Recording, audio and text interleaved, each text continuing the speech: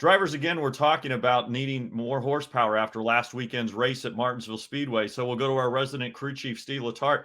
Steve, does anything really need to be done? And if so, what really needs to be done?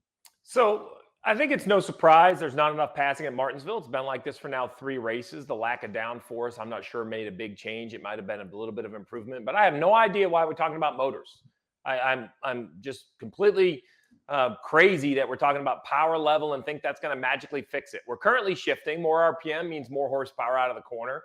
We're talking about tire fall off. We have a ton of tire fall off at Richmond. It doesn't seem to, add more passes at Richmond. I think it's all about overall grip. I mean, they're just going too fast through the corner and they're too stuck. These guys are hitting each other, KP, harder than anyone ever hit each other in your era and not spinning out. These cars are stuck to the ground. And I think the overall thing is they just need to have less grip. Now, what magical knob it is to fix that, we could debate for hours, but we got to have less grip in the middle of the corner. Yeah, listen, I could not agree more. Could not agree more. I grew up in an era, and if we go all the way back to where you had, 10, 12, 15 different cup tracks, but you only had 5 or 6 tires. There were only 5 or 6 numbers. There were 36s, 37s, 38s, 39s, 41s. That told you how hard or soft the tire was. The point I'm trying to make is we had tons of horsepower and couldn't hook it up. And if we had 300 horsepower less, we couldn't have hooked it up on that hard tire. That's just the way it is. As Steve said, these are just big tires, wide tires. There's so much speed that you're carrying in the corner, so much brake. You're shifting. They've got more torque, more go up off the corner than we had not shifting. Because remember, we had to run a 620 gear, 633, 650. You had that one gear. You didn't shift. You had to work it with the throttle. So they have tools they can work with.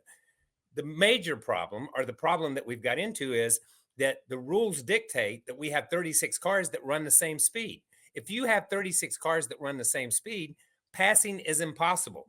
There's a train that runs along the backstretch at Martinsville, has done it for 1,000,000 years. Wherever that train gets hooked up, that's where it goes by the speedway. When they come off pit road, wherever they get hooked up, that's how it goes around the speedway now. It's just the way that racing at Martinsville is. And I don't know why we're talking engines either. We need to be talking drivability, tire wear. Let these guys put it back in their hands. Now, I'm going to put an asterisk beside that and say, I don't know how these cars drive because I've not sat in one of these cars. But I know with the old car, when you got in the corner and you had to turn and adjust and move your feet at the same time and drag a brake and all that, there was a lot of dancing going on in those cars to make them hook up off the corner. And it had nothing to do with the horsepower because you dictated the horsepower by how much you could get in the gas. So, Kyle, let me ask you as the driver, as you noted, the cars are running the same speed, passing's difficult, but this is racing, man. This is not supposed to be easy. I should not be able to get in the car and do the things that you did in your career and other guys did. So shouldn't passing be hard, or is it too hard right now? No, I think passing should be hard. We don't hear Major League Baseball players saying, hey, they're throwing the ball too fast. Get them to slow the ball down so we can hit it. You got to learn to play the game that's presented to you at that time.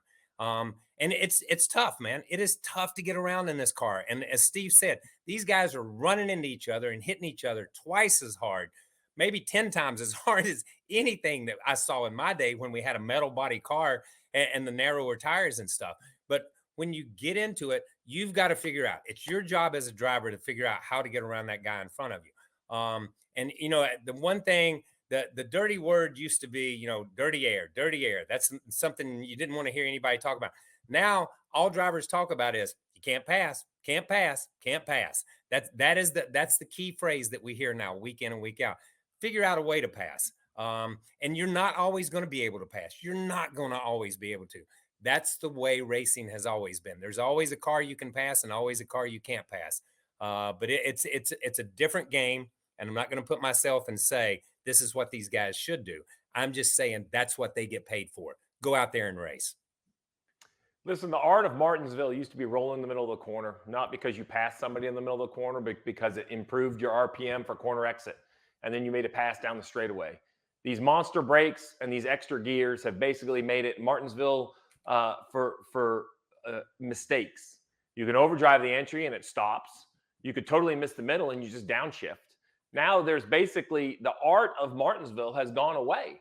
Now it's kind of stop and go, stop and go, stop and go. And these guys are all talented enough to know that if they make a little mistake, which they're all human and they will, they have that shifter. They just go down a gear, don't miss the curb, let the guy hit you in the rear bumper, and you drive off the corner. In my opinion, we need to get the braking zones longer, and we need to get rid of the shifting.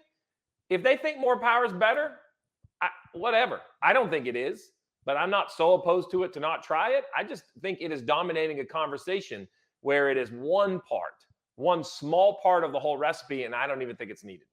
Yeah, listen, I would almost like to see, Steve, I'd like to see them before they change any rules. Just go back to Martinsville, make them run, give them a choice of a couple of rear ends. Don't let them shift. Let them roll into the corner. Let's take something away from them. So they got to start checking up at the start finish line again and change that braking zone and how you get in the corner so that you can outbrake somebody getting in the corner like you do at the short tracks and stuff. But I agree totally with what you say. I saw so many guys roll in the corner, miss the corner, stop the guys behind them, downshift, and get 2 car lengths on them coming up off the corner. It's just a different kind of racing. And I will add this, for all the people that say you never used to stay out and you would never take 2 tires at Martinsville, they better study their stats. Yes. Because I'm going to tell you right now, pit strategy at Martinsville has been for the last 15 years, the last 20 years. So if you're going to throw out the nevers, you better make sure the nevers really existed. Hi, I'm Parker Kligerman. For more access like this from Pit Road, be sure to click and subscribe to the Motorsports on NBC YouTube channel.